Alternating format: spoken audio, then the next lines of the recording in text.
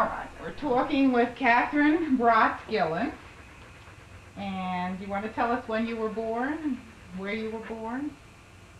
In Germany? Born in Weissenau bei Mainz. Wassergasse number 9. Very good. Which means number 9, what? Water? Number 9. Wassergasse means Water Street. Water Street. Water Street. Maybe Maybe because it faced the water. Because when you go down the hill, the Rhine River was right there. Okay. And you were born on what date? July 20th, 1904. And this July you're going to be how old? This July you're going to be how old? 92. 92. How about that? You're going to be the oldest one in your family to have lived that long. Right. Yeah. And tell me about when you were a child. You didn't go swimming in the Rhine River. No, no. Your mother wouldn't allow that? Yeah, that's why I never learned to swim. My mother used to say, in German, you wouldn't, how would I translate it now? Well, say it in German. Go ahead. The water has no poles. Oh. You can't hold on to it.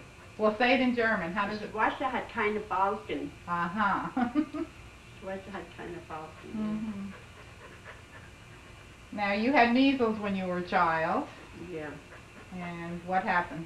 I must have been about 4 years old at that time. And I lost my eyesight. I couldn't see. So what did you do? So my mother took me to the doctor in the city of Mainz. And there they examined me, and then they shaved off all my hair, and they cut into my scalp and made an opening, and all the infection drained out of there. And after the infection was all out, I don't know if it took a number of days or what, but anyhow my eyesight came back. Then I could see, so I never had to wear glasses after that. I didn't wear them before that either. That's amazing. You came you came to the United States on October the 8th, 1910, on the SS Rindam. Rindam, yes. That was a Holland American line. Right. Yeah. Do you remember? What do you remember about being on the ship? I think it took 10 days in those days to come over. 10 days on the ship. But we came over second class. We didn't come over steerage. So that meant you got to eat in the dining room? Oh yes, we had a nice dining room, and yeah, it was very nice. Tell me about the banana. Oh yes, they gave me a banana, and I bit into it. Without taking the skin off, I didn't know I had to peel it. And I bit into it, and I didn't like it, so I threw it overboard. And your fur coat, you said you had? Yeah, I had a coat. It must have been brown, and it must have been fuzzy. They called me Teddy Bear. Because in October it was cold. Yeah. So I wore the warm coat. I'm sure out on the ocean it was cold, yeah. Yeah. And when you came to the United States, your father was there to meet you. Do you remember that at all, or? Well, I don't remember. You don't really remember that. He must have been there to pick us up at the pier. I think that was in New York City. But some of the ships used to go to Hoboken, New Jersey. But I think we went to New York City because from there we went up to the Bronx. And that's where we lived. And who did you live with? And well, I called her aunt. Tante. We called her Tante. So, but I guess she was a cousin of my father's. And we lived there. She wasn't very nice to you, was she? She was very strict. So I was treated like a stepchild. She had, I don't know, this little boy, Buster, I don't know whether that might have been a grandchild of hers. I think she had a daughter. Oh. And it must have been the daughter's little boy. And I guess he was around my age. But he'd get into all kinds of mischief. Whatever he did, he'd blame me. He'd say, she did it, and then I'd get punished for it. And then your your other sisters came over and your brothers, and then your mother came? Yeah, Anna and Herman came over together. My oldest brother and Anna, they came over. And then after, I don't know how long after, maybe a year or two, then after that, then my mother came over with my brother Nick and Elsie and John. Elsie was kind of sickly, wasn't she? She would... they were afraid that she wouldn't get in? Tuberculosis. Yeah. But she did get into the country. But they took her in, yeah. Yeah, she was always frail and sickly. Now in the Bronx, you lived near the Bronx Zoo? Yes, 2131 Prospect Avenue. And you went to the Bronx Zoo as a child? Yeah. We could walk there. I remember Saturdays and Sundays we would take a walk and go see the botanical garden and the zoo, the animals. You, the children, or did your mother and father go, or? I don't remember. No, I don't think my mother. But my sisters, I guess. I guess Agatha and maybe when Anna came, they came up there and they took us. That family picture we have, that was taken up in the Bronx. After I remember we lived on the bottom floor, and on the street level, we didn't have to go upstairs. And what did your father do? For a while, I think he worked in a piano factory, and then he worked. I know when they went to Mount Vernon, my mother and father, they were like superintendents in an apartment building. We lived in the apartment building, and they, well, like nowadays they call it a manager, or superintendent, you know. That's what they did.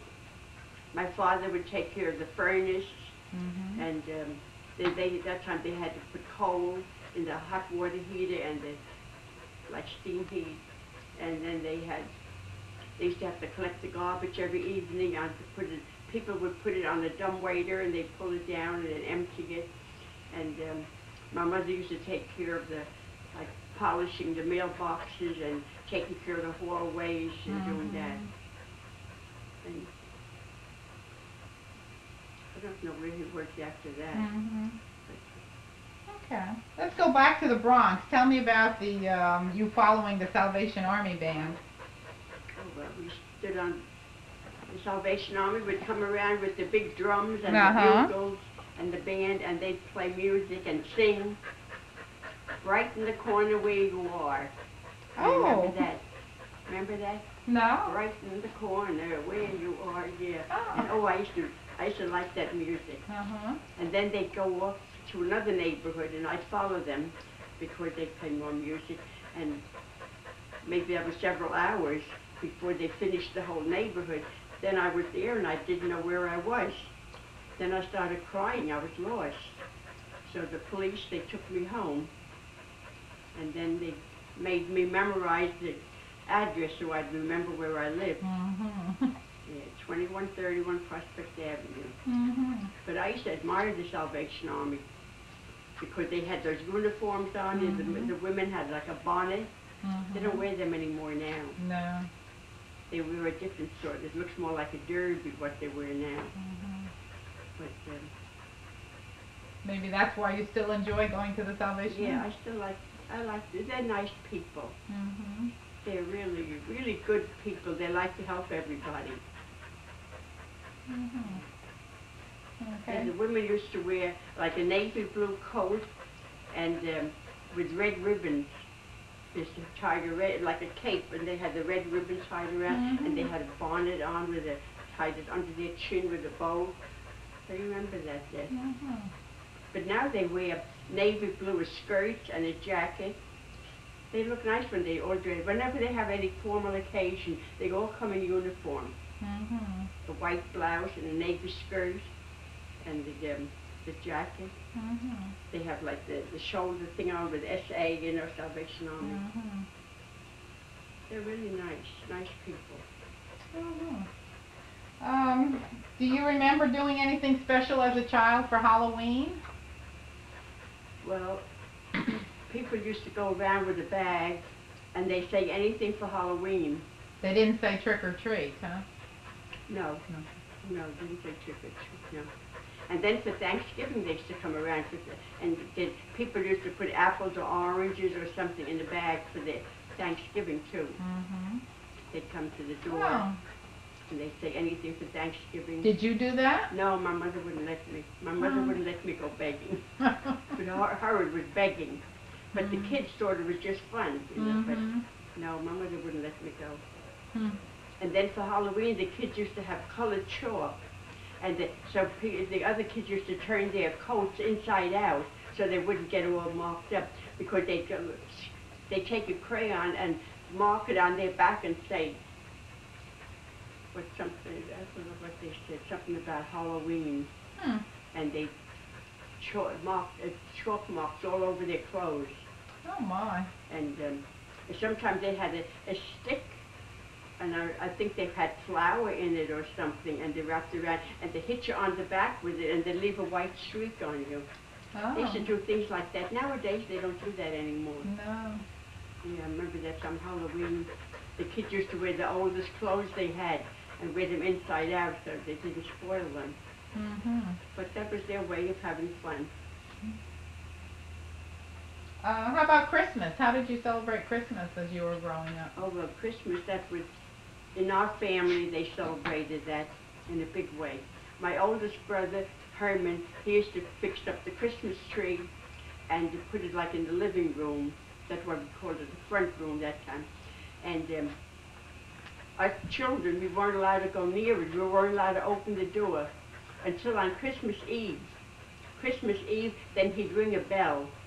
And then he'd open the door, and we were allowed to go in the living room and see the beautiful tree all lit up with the candles on it. And the candles were all lit, and oh, it was like a wonderland. See the beautiful tree. And then each child would get a big plate, like a soup plate with a deep thing, and that would be filled with the cookies and some candy and an apple and an orange. And that was our big treasure. And then, of course, we'd get little things. We mostly got maybe a new pair of gloves or a woolen hat or a scarf, you know, something useful. We'd get that for Christmas. Maybe if you needed a new pair of shoes, you'd get a new pair of shoes for Christmas. So, but I used to make my plate last me sometimes till Easter. I eat it very sparingly so it would last longer. I'd take maybe one piece of candy, or they had little nuts in it too, walnuts or almonds, and we'd have nuts in it, and cookies, and all the goodies. So then I put mine in a paper bag and I'd save it and make it last till Easter. And my brother John, he would eat his fast, and then he'd come to me and want to take mine. But he ate his up fast. You told me about one time when you fell before Christmas and you couldn't eat. Oh yes, I was sliding on ice. Yeah, when there was ice, you know, we'd run and slide on the ice, and I fell right down on my chin, and my teeth went through my lower lip. I still got the marks. My two front teeth, and I couldn't enjoy it. I couldn't eat anything. My lip was all swollen up. Yeah, I remember that on the ice. Did the Christmas tree ever catch fire? Did the Christmas tree ever catch fire? Oh yeah, one time one of the candles, my brother used to always stand around and watch when the candles were low, he'd put them out. But at this time, there was a candle, must have been in the back part of it. He didn't see it right away, and the tree caught fire. And he took the whole tree in his arm, and somebody opened the door and he threw it out in the yard. See, because we live right on the bottom, like where I live now. And they opened up the door and they threw it out in the yard, and it burned. We had all pretty colored candles on the tree. Did you have ornaments on the tree too? Ornament, like balls, ornaments? Oh yes, Christmas tree balls, yeah. A lot of them came from Germany. They brought them from Germany. Beautiful Christmas tree ornaments. Yeah. And way on the top of it would be a big angel. Yeah, those were, to us Christmas was a wonderful time. although we didn't get a whole lot of toys or stuff like that, but still it was beautiful. What did you get from your sisters or brothers, or did you exchange gifts with your sisters and brothers? Well, I remember, yes, when I was a kid, one time my older sister taught me how to crochet, and I crocheted ties for them. I remember I gave them ties, you know, neckties. I remember that, yeah. I crocheted a necktie for each of my brothers. And maybe I made something for my sisters too. I don't remember what. But we just did little things like that. We didn't go out and spend a lot of money, though. We didn't have any money. So. And from the Bronx, you moved to Mount Vernon. Mount Vernon, yeah. And that's where Elsie died, isn't it? Yeah. I don't remember the number anymore, but I know it was East 9th Street in Mount Vernon. Yeah. Yeah, we lived there. And that was the neighborhood where we had a lot of Jewish neighbors. And they used to call me to watch their babies, or take them out for a walk every day in the carriage. So when I come home from school, I'd go get the baby carriage and take the baby out. So. Did they pay you for that? I don't remember, maybe. I don't know. I think the one couple, they gave me $2 a week. But I did every day. I took the baby out for a walk. It seemed they were both working. They didn't have, time to take the baby out. And when I got home from school, the woman would be there and have the baby in the carriage, and I'd wheel the baby around until it got dark, and then she'd take the baby in. And yeah, I think she gave me $2 a week for 7 days a week. But I'd give the money to my mother. I never spent it myself. You did some other things for Jewish families too. I used to, yes, when they had the Jewish holidays. I used to light the gas for them because they weren't allowed to light the gas. Or if they had a coal stove in the kitchen, they weren't allowed to light a fire. So they would show me how to do it. I'd put paper in and then wood, and then I'd light it, and when the fire was going, so they could cook on it. And it also gave them heat. So I remember that. And then for doing that, they give me a piece of cake. Tell me about Elsie now. In Mount Vernon, she got quite sick, didn't she? Yeah, she was sickly. She was always sickly. She couldn't do much. She didn't eat very well either, did she? No, she had no appetite. And my mother used to make special dishes for her, and she'd bring it into her. And then when my mother was out of the room, she would give it to me and my brother John. She'd tell us to eat it. She wouldn't eat it. She was sick. She had no appetite. And then when my mother took the plate away, she thought that she had eaten it. But we were kids. We didn't know any different. To us, it was a treat. But anyhow. Do you remember when she died? Do you remember when she died? Yes. I don't remember exactly the date or anything like that. But she was about 13. She was supposed to make her confirmation, but she died before the confirmation. And when they had the list of people in the paper that made the confirmation, they had her name there, but she was already dead by then. And tell me about the funeral.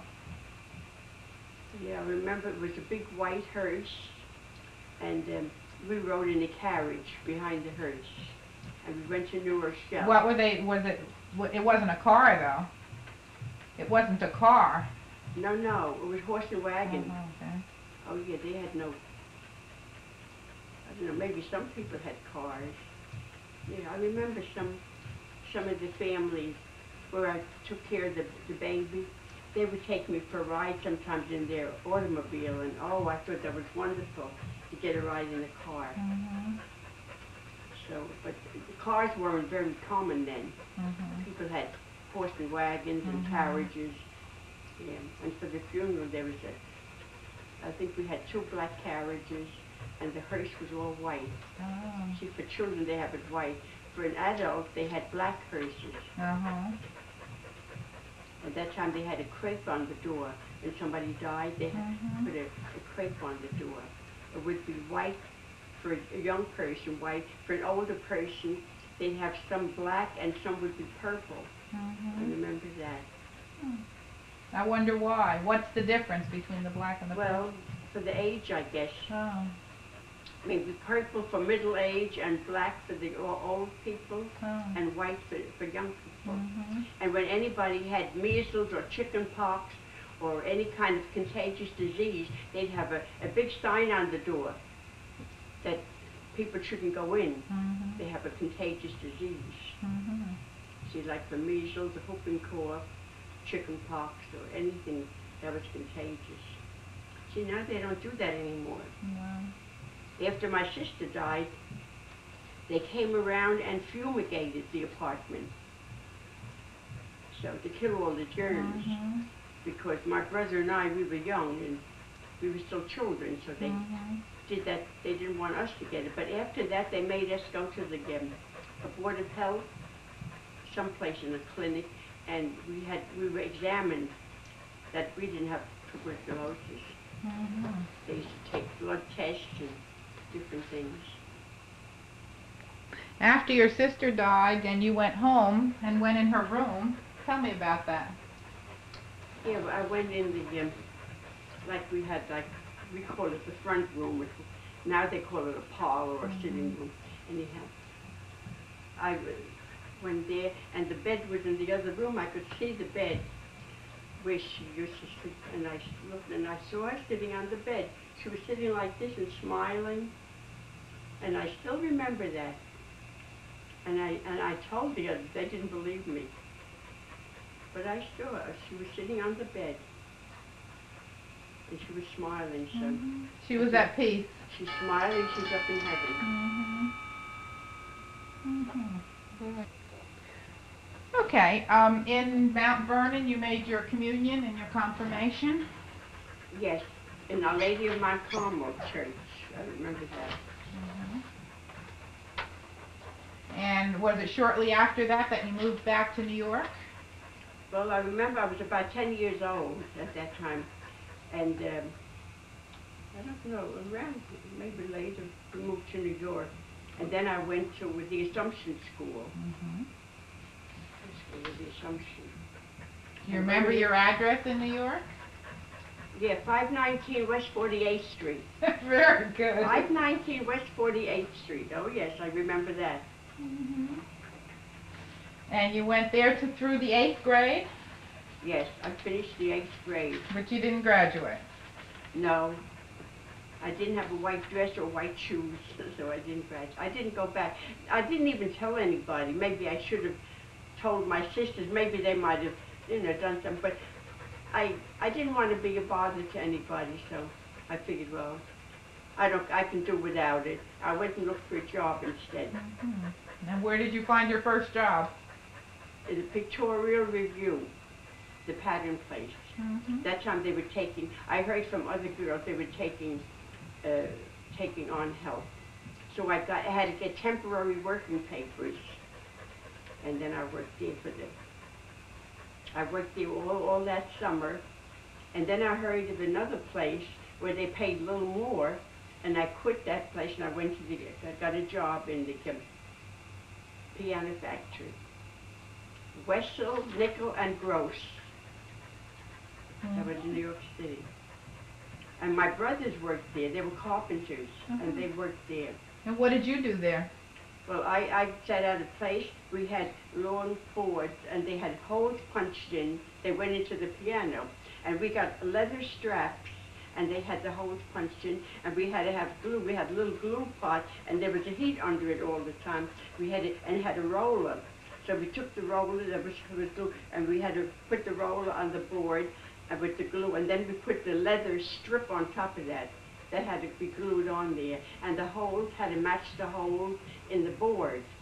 See, there were holes in the leather, and that had to match that. And they was put, and then when that was finished, we had to put it aside and get another one. And we did it until we had a whole row there, and then somebody would pick them up and take them away. And that's what we did all day with the glue, you know. That's why I had to wear apron. We got glue on our apron and glue on our hands and all. Did it smell bad? Not too bad, I guess. No. Anyhow, we worked there. And then what did you do? Then after that, I think I worked in the candy factory in Henry Heidi. I think they still have Henry Heidi candies now. I don't know. They used to be very famous. That was downtown New York. I used to take the subway there. That time was a 5-cent subway fare. And I went there, I worked there. There I was a plaque carrier. They put the candies on the plaque and I carried it to the girls that put it in boxes and packed up the chocolates. So we ran back and forth all day with the plaques. And I think after that is when I applied. When I got to be 16, I applied at the telephone company. Well, you told me about some machine parts that you... Yes, where they made automobile, what do they call them now? They were little, like... Pistons or bearings? Some kind of a thing. Okay. Anyhow, we had to fill them with lead powder, and hammer them in and make it tight. Yeah, I worked there for a while. Do you remember the name of that place, or? I don't remember the name of that place, no. Okay. And then you went to the telephone company. Then I went to the telephone company. And the first time they sent me to the for a physical, I didn't pass. I had a cold. That time I didn't pass, so they told me they couldn't take me. So I waited maybe a few weeks or a month.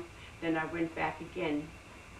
I went back to a different desk for interview. I didn't tell them I had been there before, but they interviewed me. I filled out an application, and then they sent me for a physical, and then I passed. So they said, report Monday morning downtown to the Whitehall building. Downtown New York, they called it the Whitehall building, and that's where we were trained. So we had to be trained there for 2 weeks, and they gave us all kinds of tests and all.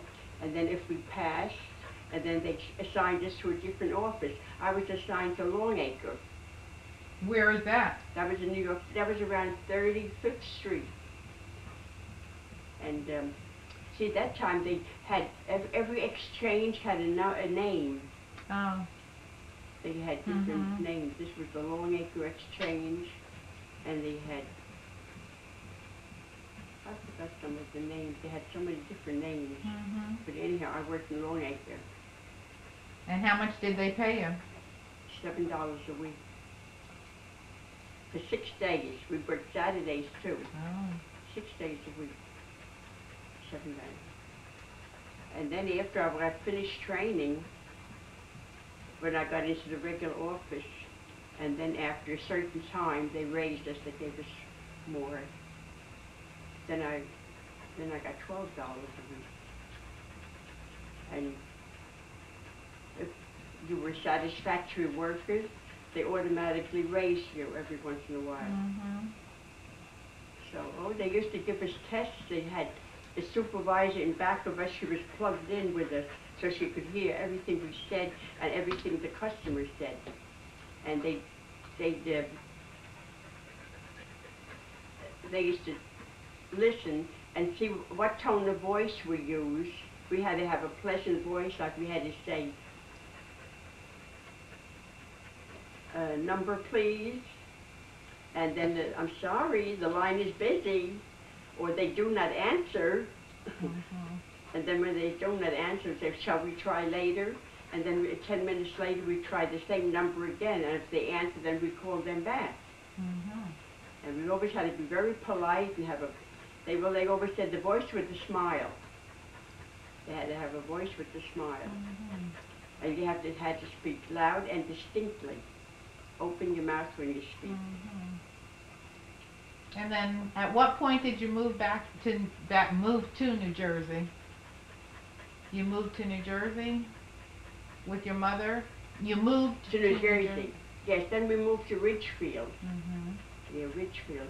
Yeah, my brother Herman and Nick, they built their own houses on the same street. Mm-hmm. So my brother Herman's house was down at the end of the street, and then my brother-in-law and my older sister, they had the house in the middle, and my brother Nick built the house at the end. Mm-hmm. He was the last one to build it, and he built his house bigger than the others. He added another story on top. So he had like a two-family house. And is that where you lived? With Nick? So, yes. Well, my mother and I, yeah, first we lived in my sister Agatha's house. She had a room upstairs too, but not as big as my brother Nick had, but they had a room upstairs. Well, like one big room with a kitchen in one end and like a bedroom on the other end of it, and we lived there. And then after I was married, we lived in West New York with these friends of ours. Mm-hmm. They gave us a room in their apartment. And then my brother said I could move in his house by my brother Nick. So they gave us an upstairs apartment. And there we had it nice. We had a kitchen, a living room, a bedroom, and we lived there for a while. And then from there we moved. I think from there we moved down to Union City because my husband got a job down there. Before he used to work in West New York.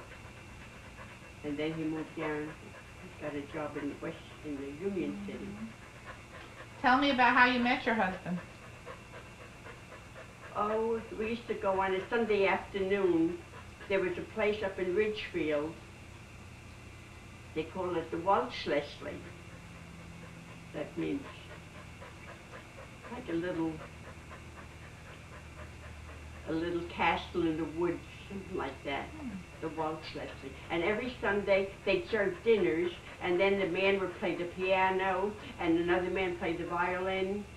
And we didn't go there for dinner. Maybe we went there for a cup of coffee and a piece of cake. Did they dance, or did they just listen to the music? Yeah, we Did you dance? Did you dance?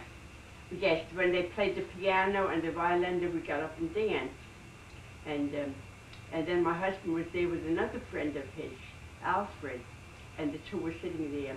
And I was there with Elsie Stieber, and maybe there was another lady with us, I don't remember. But anyhow, we were there, and they got up, they danced with us, and we got acquainted. And then we went there almost every Sunday afternoon for a while. Sometimes they would have picnics outside, because there was like a wooded section with trees, and they had a platform outside, a wooden platform, so people could dance outside. So we used to go there. And then... So did Alfred introduce you to Rudy? Yeah. Well, they were sitting together, you know. So then, and then he invited me to go to the movies with him on a Wednesday night. Of course, I was working, but on a Wednesday evening, we went to the movies. And then on a Sunday, if I worked on Sunday, he'd come up to the office and meet me outside. And maybe we would just take a walk or something, but anyhow. Now, just before this, you went to the fortune teller with your friend, didn't you? Oh, that's before you met him? Yeah, right. Tell me about that. That was the lady that was one of the girls I worked with. And what did the fortune teller tell you? Did she look in a crystal ball? Yeah, she looked in a crystal ball. And I think she also looked in my hand, too. And she was saying, oh, you're going to meet a man. I think she said within 3 days. That must have been on a Thursday. And on a Sunday, I went to this place, and I was introduced to Rudy. She said, you're going to meet a young man with dark hair, and you're going to get married within a 3. And then she told me that someday I would have 3 children, but that time I really didn't put much faith in it. I thought, oh, they're just making those things up. I didn't really believe in it. But But as it turned out, what she predicted came true. Although I never thought it would be. And she told me where I worked even. She said that I'm working someplace with keys. She said with keys. Well, I was a switchboard. The switchboard, we had keys. We had listening keys and different things we had to press. Yeah, so she could tell that. So she must have been very good, although maybe I didn't appreciate it at the time. But she must have been very good. And you did get married within 3 months. I got in within 3 months. I met him December, January, February. The end of December, it was around Christmas, before Christmas, because this lady, his friend, he called them the Aureens, and they used to invite us to their house a lot, and they were very nice. And so she was like Louise making dresses. She used to be the dressmaker. So he asked her to make me a dress for Christmas. And well, she took my measurements, I remember. But anyhow, she made me a pink taffeta dress. You have a picture taken in that dress? Yes. And and my husband, he paid for that for Christmas. That was my Christmas present. And then in March, we got married. 25th of March, 1926. So where did you get married? St. John's Church. Lutheran Church? On Bergen Line Avenue, West New York. West New York, yeah. But first we went to St. Mary's Church in West New York. And there the priest would marry us because he wasn't Catholic. So then we went to St. John's, and the minister, he married us. So. Who stood up for you? This Mr. and Mrs. Aureen. I forgot their first name.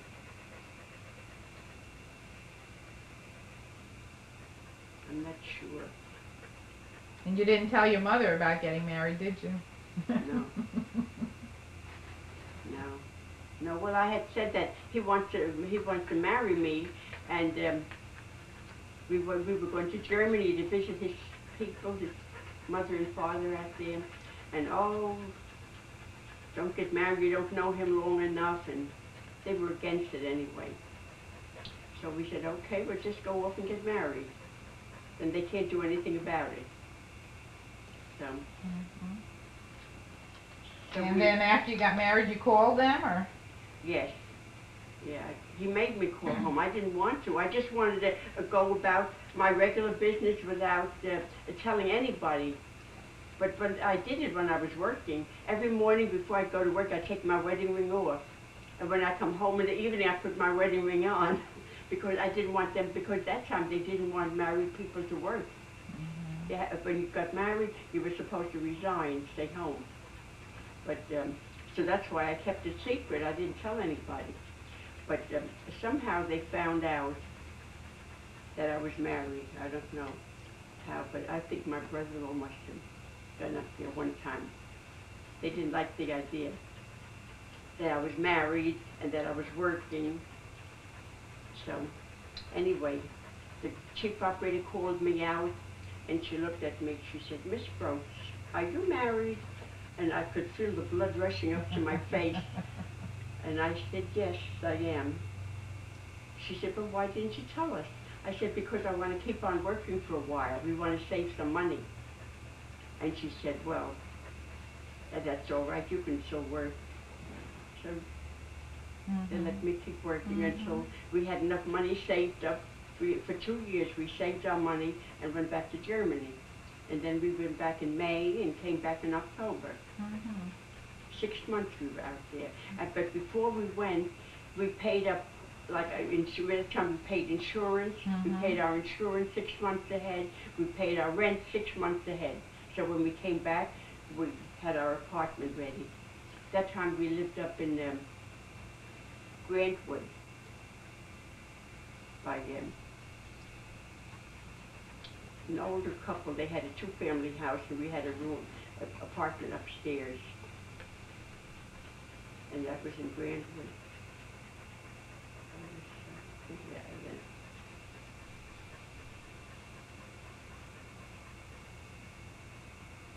a street or anyhow. No, that's all right. It wasn't far from Palisade Park. Oh, Because from there we could walk to Palisade Park. Did you go to Palisade Park often? Yeah, we used to walk there. Did you? Yeah. Was the amusement park there then, or? Oh, it was a big amusement It park. was an amusement Oh, park. yeah. They had carousels and Ferris wheels and everything, like Coney Island. But since then, I don't know how long ago, they just built a lot of condominiums there because it was overlooking the Hudson River. So it was a good location for that. But they have no more amusement park up there. They used to have one in Union City too. They used to have an amusement park. But they closed that up after a while too. Okay, we were talking about the Depression, remember? In 1929? Yeah. When the telephone rang and we decided to go for a swim. Now this is a couple of days later, and we were talking about the Depression. Do you remember when the stock market crashed in 1929? Well, we read about it in the papers. Okay. Were you affected in any way, or? The banks were closed. Well, the savings we did have, we lost it all. You did. And we just had to make the best of it and get along with whatever we had. So anyhow, everything dropped. What do you mean everything dropped? What? Well, like people that work, their income, they went down sometimes 10%, and then they took another 10% off, and people, they had to cut down every place. The income, wages. How did that affect your life? I mean, what is... Well, because we had less income, we had to make do with what we had. So we had no luxuries at all. We just had staples, the main things that we needed. We got enough food in the house. We didn't have any special things, but just what we had. Whatever we could buy with the least of our money that we could get. We'd get the most for the little bit we did have. But you never went hungry or anything during the Depression. You never went hungry or did without food? Well, no, we didn't go hungry, but we always had enough. Make sure we had enough potatoes in the house, and vegetables and bread. We always had enough bread, and we got by with it. We didn't have to go hungry, but we had no luxuries. And that's when Louise was born in 1929. Yeah, Louise was born at the end of 1929. Well, it also went all through 1930. Through the 30s, yeah. Sure. It got worse then, didn't it? It got worse, yeah. But, well, we moved to where we had to pay less rent. See, that's when we moved to East Rutherford by Heidegger's. They let us have an apartment for less than we were paying before. And my husband didn't use his car to go to work. He used a motorcycle because it was cheaper to run than a car. So, were there any people in the area? I mean, my memories of the Depression, or the pictures we see of the Depression, are them selling apples on street corners and going to soup kitchens, or was that just in the big cities? Yeah. Well, I didn't notice that. You didn't so have much, that, no. okay. No, in East Rutherford there was people worked. They had more industry there. They had like the flint coat factory, and they had a lot of embroidery factories were around that time. Embroidery. In fact, I worked in an embroidery place for a short time. Did you? Yeah. When Louise was a baby? Because the Heidegger's, they were involved with mostly the Swiss people. They worked there, so I worked there for a while. We spanned like the stuff you put on a big frame. You spanned, and you put it in the machine, and the machine embroiders it. Oh. Yeah. I mean, I almost forgot about that. Was that when Louise was a baby? Well, I guess she was a couple of years old by then. And then I went, and then they called me back in the telephone company, like I could work part-time if they, like when people were on vacation or they were out sick and they were shorthanded, then they would call me and I would come in to help. And then Helen Muller's sister, Martha, she had a boy 2 months older than Louise. They were about the same age. He was born in October. And she used to take care of Louise, and I would pay her something. So while I went to work, she took care of her. See, Gertrude wasn't born yet. So she used to help me out like that. Oh. And the two kids would play together. And Martha was glad to get a little extra money, too. So, yeah, I worked. Was that why you still lived in East Rutherford? No, that's when I lived in Cliffside. Oh. Yeah, I worked in the Cliffside office, and they called me up there. Yeah, that was up in Grantwood. Why did you move to Grantwood? Well, we lived in Grantwood before, and then from there we moved to my brother's house at 501 Fairview Terrace. We lived there for a while. And then, after that, well, my husband works in West New York. And then it was closer to where he worked, so we moved to by Heidegger's in East Rutherford. So we worked by them. We lived by them for a while. And from East Rutherford, I think from there we moved to Union City. Union City, oh. We lived in Union City. Yeah, we lived in Union City when I had the appendix operation. Because from there we walked to the hospital, North Hudson Hospital. We were able to walk there. Now, was that after Gert was born or before Gert was born? Yes, Gertrude. Yeah, You had Gertrude was Gertrude. a baby. Yeah, Gertrude was born while we lived in East Rutherford. Okay. By Heidegger's. And then we moved to Union City. And that time when I had to go to the hospital, my husband walked with me. We walked over to the hospital, and we left the two children. They were sleeping. It was at nighttime. So we left them alone while they were sleeping. But after he brought me to the hospital, they examined me, and then he went home, and I stayed in the hospital. They kept me there as a patient because I had...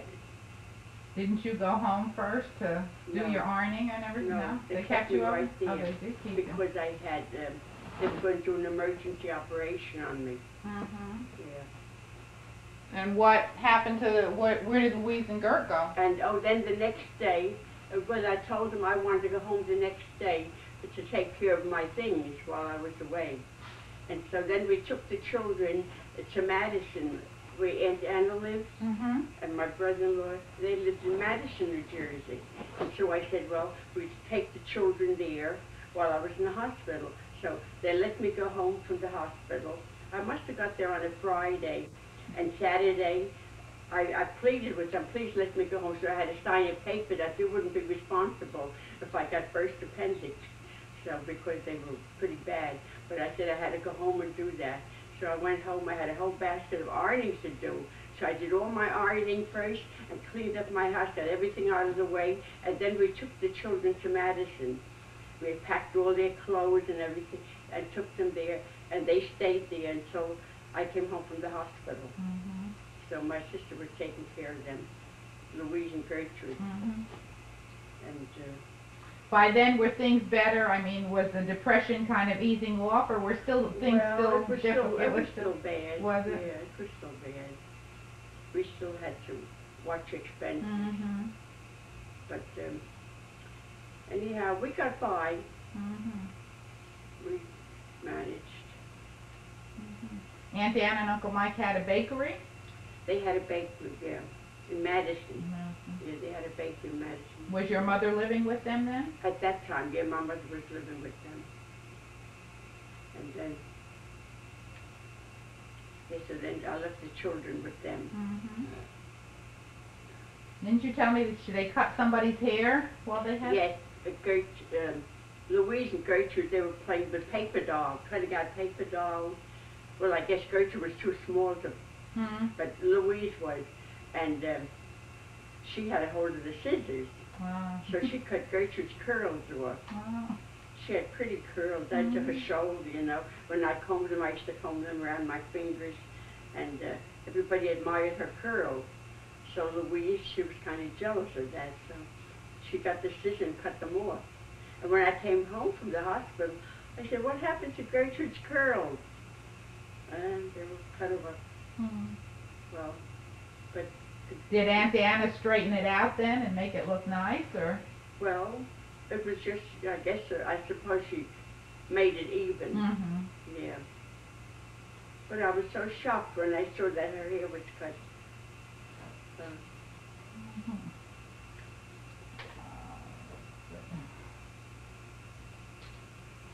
Then when did you move to Garfield? And why? Well, then my husband got a job up by Presto Lock, and that was in Garfield. So we moved from Union City up to Garfield, and we lived on Porterville Avenue. Behind the grocery store there was a little house there, and that was for rent. So we had the house, and we lived there. And that's where we lived when Rudy's mother came from Germany, and she stayed with us there. So I guess they must have let us have it pretty cheap, you know, with the rent, so we were able to live there. But by then we had the 2 children, and while we lived there, Rudy was born. And that Hugo is Uncle Hugo or something? Hugo Schmidt. That was his uncle. He's the one that got him that job? His uncle. No, before that he worked in Jersey City. Oh. He worked someplace in Jersey City where they did some kind of mechanical work. He worked in Jersey City, and from there he went up to Solbach and Meyer in West New York. And from Solbach and Meyer he went up to the Garfield, to Presto Lock. And that's where Rudy was born, when you lived in Garfield? That's where he worked. He worked up there until he died. But that's where Rudy was born, in Garfield, when you lived in Garfield? Yes, Rudy was born in Garfield. And that's when Rudy's, when your husband's mother came, and she took care of you? Yes. Because you had to stay in bed? Well, that was before Rudy was born, yeah. She wasn't there when he was born, but he was, she took care of me so that I could, I had to stay in bed for a while. Yeah, that was on Porterville Avenue. And then from there we moved into Clifton. Then to East 9th Street? Yeah, my brother-in-law Mike, he said we'll buy a house there, and we put the 2-family house. We put that together. Yeah, that was on East 9th Street.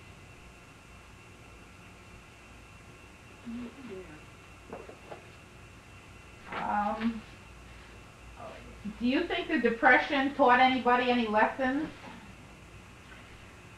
I mean, how did it change your life, living through a Depression? Well, not much, No. because I wasn't used to a lot of luxuries anyway, so it didn't. It wasn't that different too for much. you. No, we just made the best of what we had. So. You think we'll have another Depression? Well, the way the prices are going up, it has to come down again someday. It can't keep going up and never, and the prices are getting very high now, everything. But I think we'll have another Depression someday, because what goes up has to come down. It can't keep on the way it is. It'll probably be harder for the people now because they're used to having They're used so to much. having everything, yeah. Well, so it didn't affect us too much. We made the best of what we had. How about when the war started? Wasn't there rationing? When the war started? Well, that was during the war. During the war, yeah. Oh, yes. The sugar was rationed, and I think they had coffee rationed. How about meat? Meat? No. Meat. Meat. Well, yes, we were just allowed a certain amount. How did they work that? How did they control what you bought? You got tickets. Oh. We got a sort of... like coupons? yes, coupons and stamps. Yeah. If you didn't have the coupons, you didn't get anything. Well, how did you get them? Did you apply for them? We Or? got them from the, I guess we had to go to the city hall or someplace to get them. The ration coupons, yeah. Everybody got so much, so you had to cut down on everything. So we managed. Now you said that you bought horse meat in Passaic somewhere? Oh yes, they had the Whirlaway Market, and they sold only horse meat. And now that wasn't rationed? Or was it? No. That wasn't rationed. You could buy as much of that as you could? Yes. As you had money for? Yeah. But of course people didn't have the money either, so they couldn't buy just as much as they wanted. Everything within a limited amount. But I remember it was a nice clean place, the counters were very clean, and they had large pieces of meat there, and they just cut it off, and all nice red meat. There wasn't so much fat on there like on pork or some other kind of meat. But it was very nice. Was it good? It was good, yeah. It was good meat. Well, in Europe, they consider horse meat a luxury. The French people, they did a lot of horse meat. And in Germany, they had it. They used to make bologna out of it. And a lot of chopped meat and roast and everything.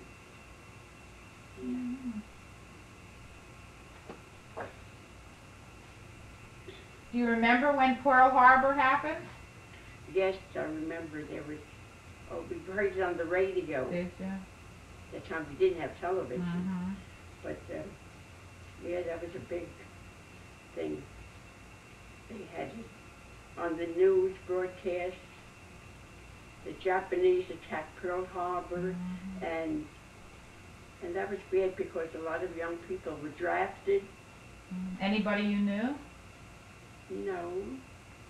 Well, I had a nephew, yeah, Bob. He was drafted. He was in the army.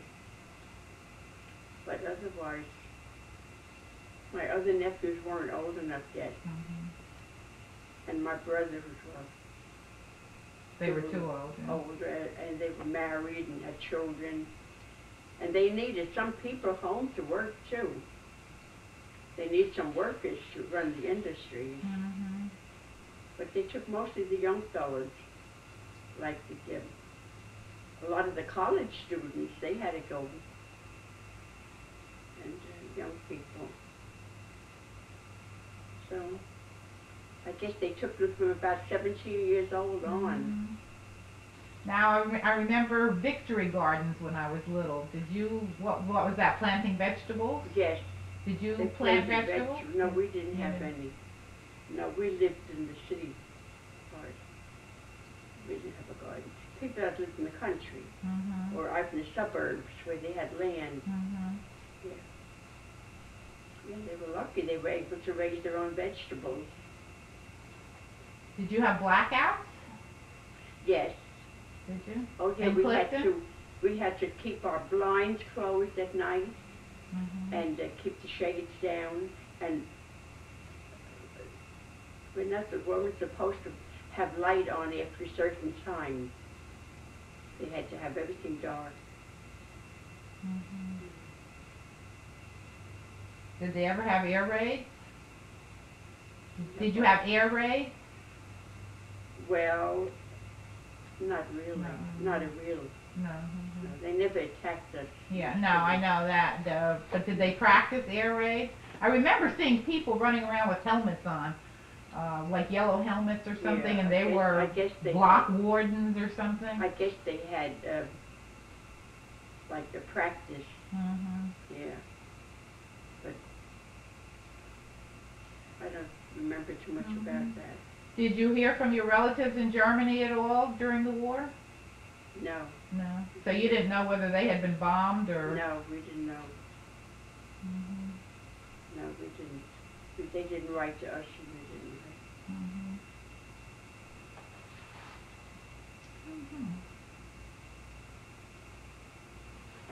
Well, we hoped that was going to be the last war, but it doesn't look like it is, does it?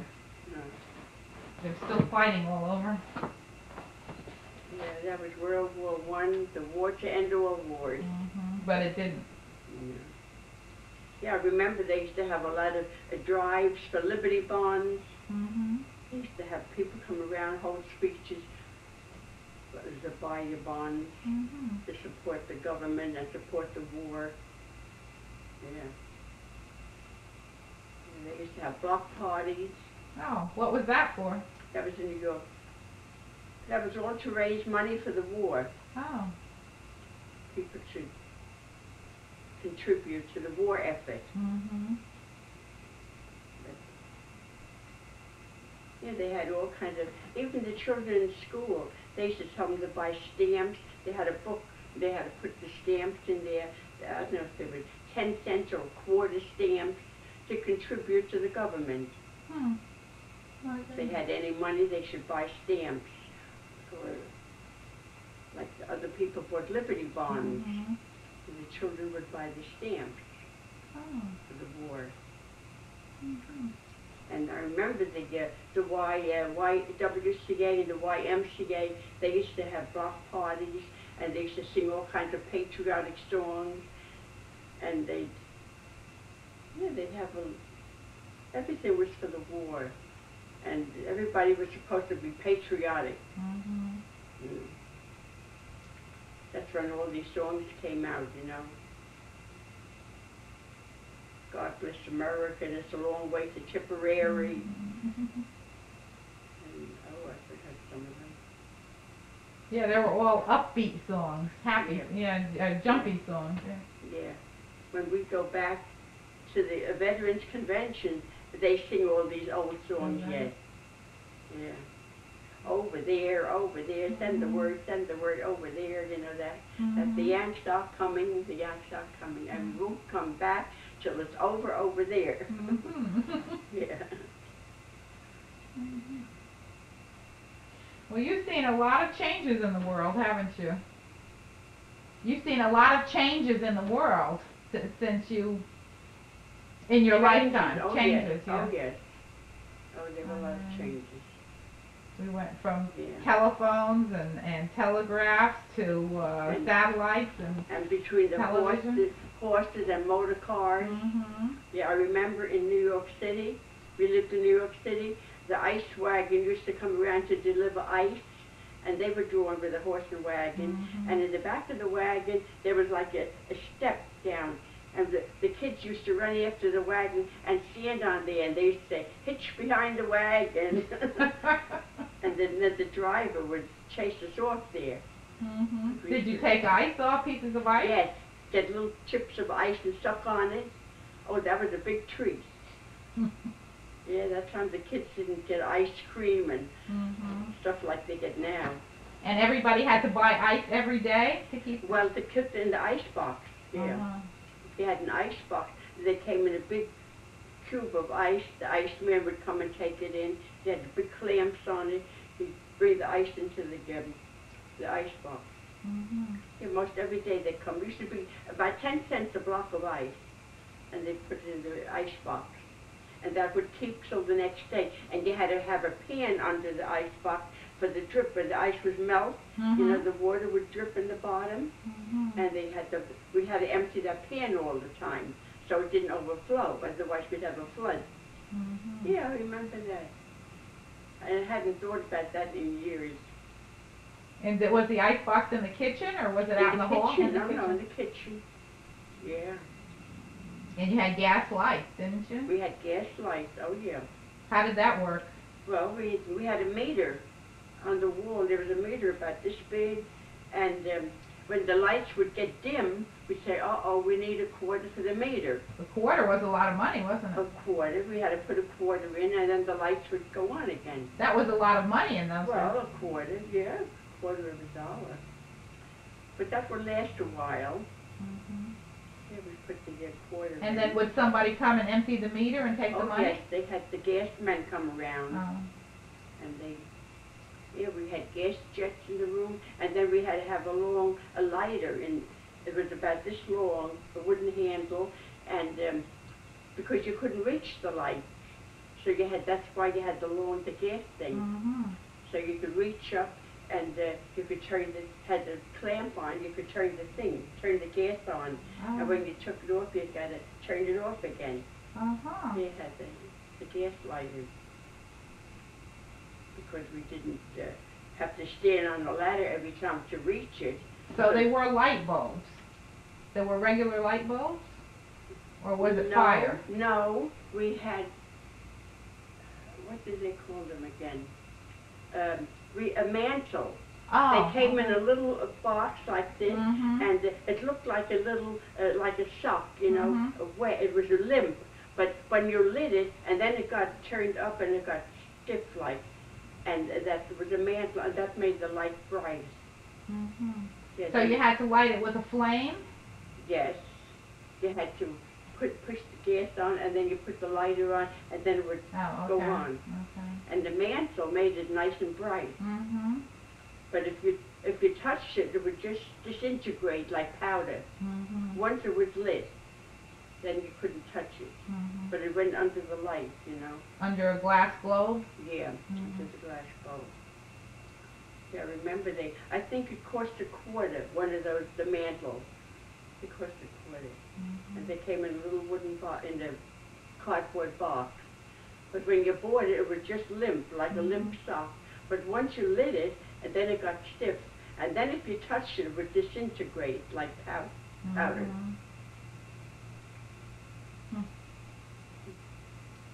Those kind of things I hadn't thought about in years. Now remember once you said something about shopping at Patty's Market with your mother? Yes, that was in New York City, up on 9th Avenue. What kind of a market was that? Oh, they had, I don't know, about maybe 3 or 4 blocks in the street, all wagons, and they were loaded with vegetables and fruit, and some had meat. You could do your shopping there. Oh, they weren't stores? They weren't stores? No stores. Oh, no, they were all, people brought their wagons. They just come there on a Friday or Saturday. Oh. And the people did their shopping. And they run up there with shopping bags, and we bought our things for the week. Yeah, we bought fruit and vegetables and meat. And I think they had some wagons with things like clothing, you know, like underwear or socks and things that people needed. Things like that, necessities. They had sold some of those. I know my mother used to walk up there. I think we'd go up on a Saturday and we'd do our shopping. And everybody walked along the streets, you know, with their children and it was called Patty's Market? Patty, P-A-T-T-Y? Patty. Or P-A-D-D? Yeah. Like Patrick, you know, Patty. Patty's Market. Yeah, that was on 9th Avenue, New York. All along there. Yeah, that's where we were walking one time and I found a $10 bill. Oh. I thought it was like a coupon. We used to save like cigar coupons and to save me, get some kind of a premium. But I saw that and I was carrying a shopping bag for my mother. I said, oh, wait a minute. And I picked that up and I thought I picked up a coupon. And then when I looked, I said, I couldn't believe my eyes. You would say that. Well, the kids, you know, a bunch of kids would get together, and somebody would, you know, be chasing us, and if we'd be playing hopscotch on the street, or maybe we've had chalk and we marked the sidewalk, you know, we'd put numbers on the sidewalk so we could play, and then they'd chase us away, and then we made fun of the old ladies, we'd say, the old mother witch. Yeah. And you found a pair of roller skates one time? Oh yes, somebody had thrown a pair of roller skates out, and I picked them up and I brought them home, and oh, I thought they were great. My brother John and I, you know, we were fixing them. But then, anyhow, my brother John told my brother Herman, the older one, that I had roller skates because I went around the block to another neighborhood to use them. I didn't dare use them in front of our house. Why? Because I knew I wasn't allowed to do that. Why? I don't know. They didn't want me to do. They said I might get hurt, I might fall down, break a leg or something. They didn't. I guess in Germany they never had a roller skate, you know. So anyhow, the next thing I knew, they took them away and I never saw them again. And the same with jumping rope. We used to have old wash lines, and then I'd go into around the corner where they wouldn't see me to jump rope, because I love to jump rope. But then my mother didn't want me to jump rope, I'd wear out my shoes. So I wasn't like it. But I used to love to jump rope. And then when we had a couple of kids together, we'd play double dutch. Did you ever play double dutch? Well, you jump in together. Yeah, the two lines like this. Yeah. And we jumped this way. Yeah. Yeah, well, that was the only pleasure we had. Play ball, jump rope, play hopscotch. You get a piece of a stone and you throw it and you jump right. Well, see, those things didn't cost money. Nowadays, the kids have to have bicycles and roller skates, and they have to have everything, and everything costs money. So we had something that didn't cost us anything. So we made the best of it. Then there was a park close by where I used to walk down to the playground and go on the swings. I used to love those swings. Well, that was a big pleasure for me. Like other kids had a bicycle, they rode a bicycle. Sometimes some of the kids, you know, if they had like a three-wheeler bike, there was a little step on the back. They'd let me stand on the back and hold on that I could ride with them. But I never had a bicycle of my own. But sometimes I hitch a ride with the kids. But, well, we grew up. We had our own ways of enjoying ourselves. So, you like to swing? the swings, oh, I love swings. I still do. Every chance I get, I still go on. When I go up to Camp Keystone, I always go on the swings. I pump myself way up. I think that's why I don't get seasick, because my body was used to the motion. I never got motion sickness. Because a lot of people get seasick or air sick. I never did. When you were young, did you ever think you were going to travel as much as you did? No, I didn't think, but I always wanted to. I used to read books about other countries and about different places, and I'd say, oh, that's where I want to go. I want to see this. I want to go there. I want to see every place I read about. But I never thought I would get there. But when I had the opportunity, I went. Where have you traveled to? How many places? Can you remember all the places you've been to? Oh, yeah. I've been to Europe. I've been to about every country in Europe except Russia. I've been to Hawaii twice. I was to the Greek islands twice. We went to Tahiti, right? And all the South Pacific islands. And Alaska. Yes, Alaska. I was there twice too. How about the United States? How Well, many? the United States, I went with the brethren, with the bus trips. We went all over. Yeah, I was to California several times, and I was to Colorado, Wyoming, Texas. Are there Arizona. any states that you haven't been to? No, I don't think there's any state that I haven't been. I think I've been to every place. In Canada also. I was all over Canada, Montreal, Toronto, Ontario, way up to Quebec, up to Gander. When we flew back from Europe one time, we landed at Gander Airport. That's way up north, in the northern part of Canada. We went up to Gander. Yeah, I think I've been every place that... You've been to the Orient? I haven't been to India. I haven't been there. But you've been to the Oriental countries? The Oriental countries, Japan? Yes, I've been to Japan. Hong Kong. I was to Japan twice. The second time I went with Carol. And I was to the Holy Land. We went to Jerusalem, Bethlehem, Nazareth, the Sea of Galilee, the Dead Sea. We went all over the Holy Land. And We went to, and then from there we went to Rome. We went all over Italy. We went to Rome, Florence, Venice, Sicily, the Isle of Capri. Was that pretty? Oh yes. They have the upper Capri, they call that Anna Capri. We went up in a cable car to the top of that, and then the bottom was very pretty. A lot of pretty flowers, and the water is a beautiful blue color. Oh, to me it was like a paradise. I thought it was great. Yeah, I loved all those places. Yeah, I think I went in. You've been to South America too, haven't you? Oh yes, yeah. We went to Brazil, Rio de Janeiro, Peru, Paraguay, Uruguay. My goodness. Yeah, I remember. I went there with Maria. I don't know. Anyhow. Yeah. With the two late. Oh, Ida Guadinola. She just died not too long ago, but she liked to travel all over. Yeah, I was with Ida Guadinola and Maria.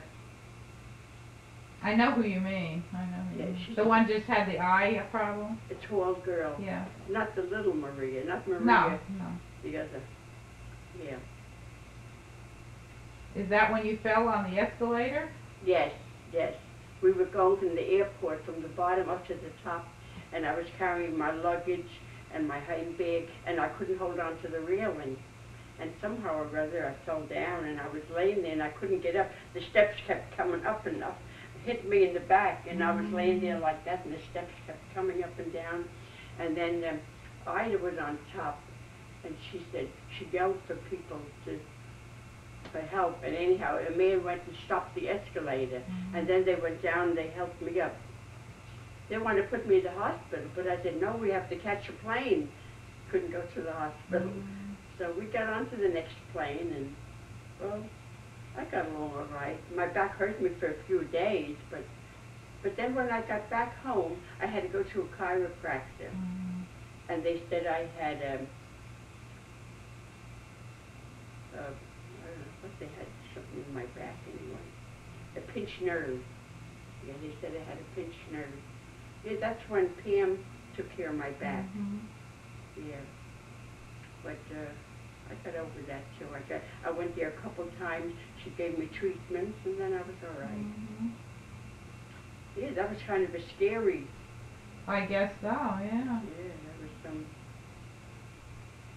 Yeah. But you're glad you had children, aren't you? Oh yes.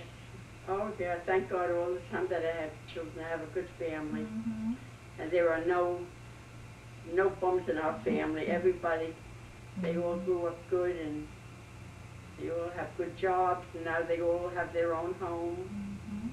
How many grandchildren? 9 grandchildren. And how many 16 great-grandchildren. Yeah, and all my 9 grandchildren are married and have a nice home and have children. There were only 2 that have none. Andrew, he has a bakery business, and he doesn't have children. And Jimmy, the podiatrist. Yeah, thank God. All That's my the important grandchildren that are thing. married, they're all happily married. And yeah. Do you enjoy being with the little ones? Oh yes, I enjoy the little ones. They're all beautiful children, and they're very smart. You think children are smarter today than they were years ago? Oh yes, I think. Oh yes, they learn more than they used to, because, well, for one thing, they go to this preschool, and then they watch television. They learn a lot on television, but maybe they learn some things they shouldn't learn. But they have these children's programs, and I think they learn from that too. They know a lot more than we used to know when we were children. They're more worldly wise. Do you think people in general are different than they used to be? Well, I mean, as adults, you know. Yeah, people are more outgoing. they're more friendly with strangers. Where years ago people used to be more reserved, and they didn't bother with strangers. They were more. Think they were afraid? They were more clannish. Oh, the families and the friends, they were together, and they didn't take much outsiders. But once I suppose they got to know them and got to be friendly, that was all right. But now people are more open-minded. Well, they travel more too. They travel more, yeah. You didn't have the option of traveling years ago. And years ago, the people used to be more, I think, prejudiced against different nationalities. Yes, because I remember that even as children, you know, and it wasn't nice to do, but that's what they did, especially with children, you know. We'd be in an Italian neighborhood. They say, oh, they call them guinea wops. They're the guineas. And like the colored people, they were niggers. And the Jewish people, they used to call them a kite, a sheeny. They call them sheeny, kite. They have names for people, yeah. But they don't do that anymore now. They're not so prejudiced. They're more, well, the world seems to have shrunk. You know, during the wars, that people got all over and they got acquainted with different people, and they're not that prejudiced, I don't think. And places are not that far away. You can get on a plane and be in Europe in 5 hours. That's right. But years ago, the laundries were all Chinamen.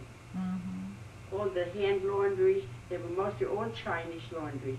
I remember I used to take my brother's shirts to the laundry because they had stiff collars, and we'd have to bring them to the laundry to be washed and ironed, and when they come back the collars were all stiffly ironed and the cuffs, you know, and they were just so, and it was all Chinese laundry.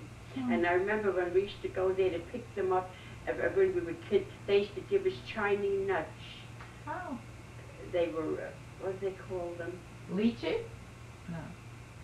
Not lychee nuts. Lychee nuts? Lychee, I think so, yeah. Because the shells were soft, you know, like a soft shell. You could break it with your fingers, and inside it was like the size of like a big raisin inside. A big raisin or a prune. Oh, we used to love that. I used to love to go to the Chinese laundry to pick up them because I'd get a couple of those nuts. Yeah. How much did they charge to do shirts? Do you remember? Gee, I don't remember. You don't remember? I guess it wasn't too much. Yeah, but yeah, I used to get my brother Nick and my brother Herman, and they used to get these shirts done. Did Nick and Herman take you places when you were young? Oh yes, my brother Herman, he used to take me to like the Hippodrome. They had like a big circus show, and sometimes like to Radio City. He'd take me on a trolley car. We'd go on a trolley car. Then he'd buy me baby chocolates. Oh. Yeah. You still like chocolates, don't you? Oh, I love chocolate. Yeah, so, yeah, my brother was like, and my sister Agatha, she used to take me around to different places. We used to go to Central Park and to different, wherever there was something going on, if there was a carnival or a fair or something, they would take me there. And then when I got older, I'd go with my sister Anna. She would take me, like to the YWCA. What did they have there? Oh, we had a little social time. They called it the Campfire Girls. And we used to sing and go on hikes. Go on hikes and picnics and things like that. Yeah, they were very nice. So I always like to get out with people. I still do, although years ago I was more bashful and shy. I wouldn't talk to strangers so much.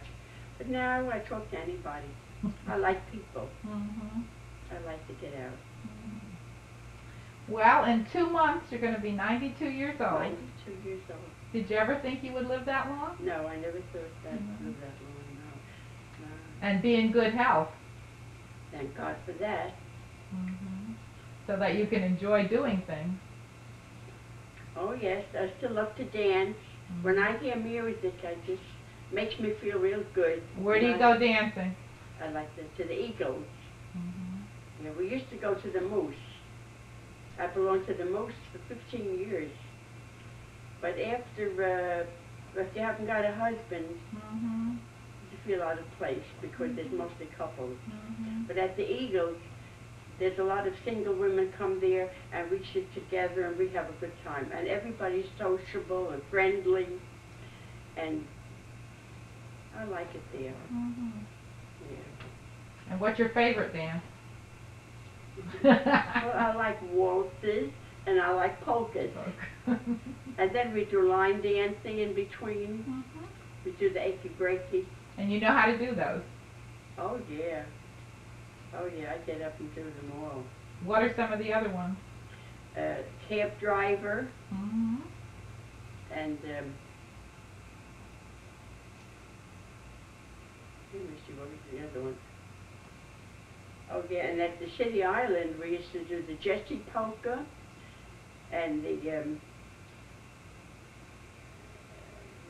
horse and buggy. Horse and buggy, four of us go together. Oh. And we dance like this together and go this way together. That was the horse and buggy. And then we did the Cecilia. That was a nice, they call those pattern dances. Yeah, Cecilia. And then we did the Paul Jones. The Paul Jones, they make a big circle. All the women go outside and the men are inside.